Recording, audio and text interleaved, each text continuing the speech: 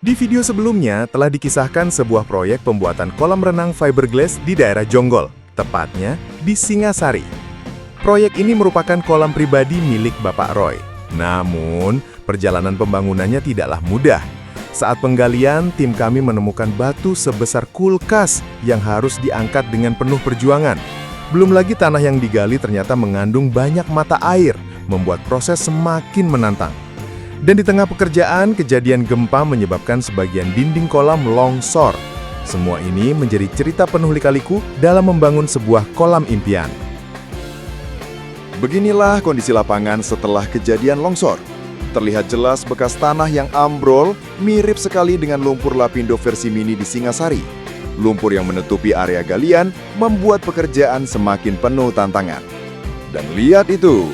Batu sebesar kulkas 2 pintu masih kokoh berdiri, belum juga terangkat.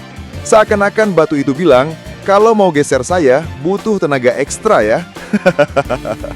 Inilah warna-warni perjalanan proyek yang tidak hanya soal teknik, tapi juga penuh cerita unik yang akan selalu diingat. Jadi inilah kondisi lokasi pekerjaan saat ini. Batu-batu bekas galian ditumpuk rapi, sementara tanahnya dihamparkan di bagian kebun agar lebih tertata. Sambil merapikan semua itu, tim juga melanjutkan pekerjaan di area kolam yang sempat runtuh.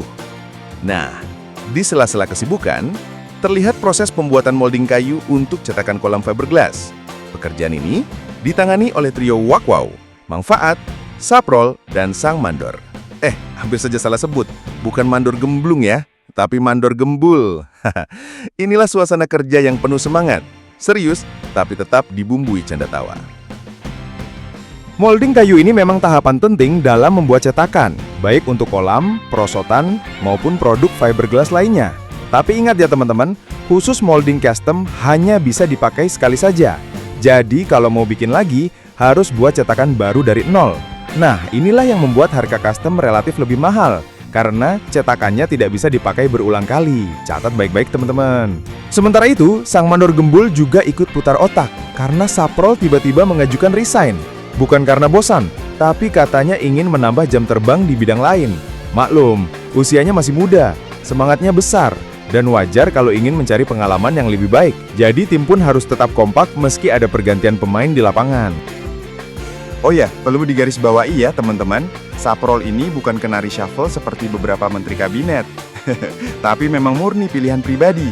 Karena masih muda, wajar kalau mau cari pengalaman baru di luar sana. Jadi bukan karena dicopot, tapi karena mau upgrade jam terbang. Jadi walaupun salah satu personil tim si Saprol memutuskan desersi alias keluar dari barisan, Manfaat tidak malah kendor kerjanya. Justru dia tetap semangat dengan arahan dan instruksi dari Sang Mandor Gembul. Apalagi ada sedikit doping tambahan yang membuat Manfaat mengeluarkan tenaga tersembunyinya. Ibaratnya, kalau biasanya cuma 70%, kali ini tenaganya bisa tembus 120%. Apalagi gantian pekerjaan yang harus segera dikerjakan, yaitu mengecor lantai untuk dudukan kolam renang. Kerja keras, semangat, dan kekompakan satim inilah yang membuat proyek terus berjalan meski ada kendala. Hal yang biasa kami lakukan setelah proses galian adalah membuat lantai kerja atau dudukan untuk kolam fiberglassnya nanti. Namun karena kondisi tanah di sini berlumpur akibat banyaknya mata air, kami tidak mau ambil resiko. Maka, sebelum dilakukan pengecoran manual, bagian dasar lebih dulu diberikan urugan puing atau sering disebut juga sirtu sebagai lapisan awal. Setelah itu, baru dilakukan pengecoran dengan ketebalan sekitar 10 cm ditambah pemasangan wire mesh agar struktur lantai lebih kuat dan stabil. Semua ini kami lakukan supaya mata air yang keluar tidak berubah jadi air mata di kemudian hari. Dengan cara ini, fondasi kolam menjadi kokoh, aman, dan siap menopang fiberglass dalam jangka panjang. Hal-hal di luar dugaan sering terjadi di lapangan, namun bagi kami itu bukan alasan untuk menurunkan kualitas. Walaupun tim kami untuk sementara hanya berdua sejak ditinggal Saprol, kami tetap berkomitmen bekerja sepenuh hati. Segera akan bergabung seorang tenaga tangguh yang siap mendukung di lokasi Jonggol.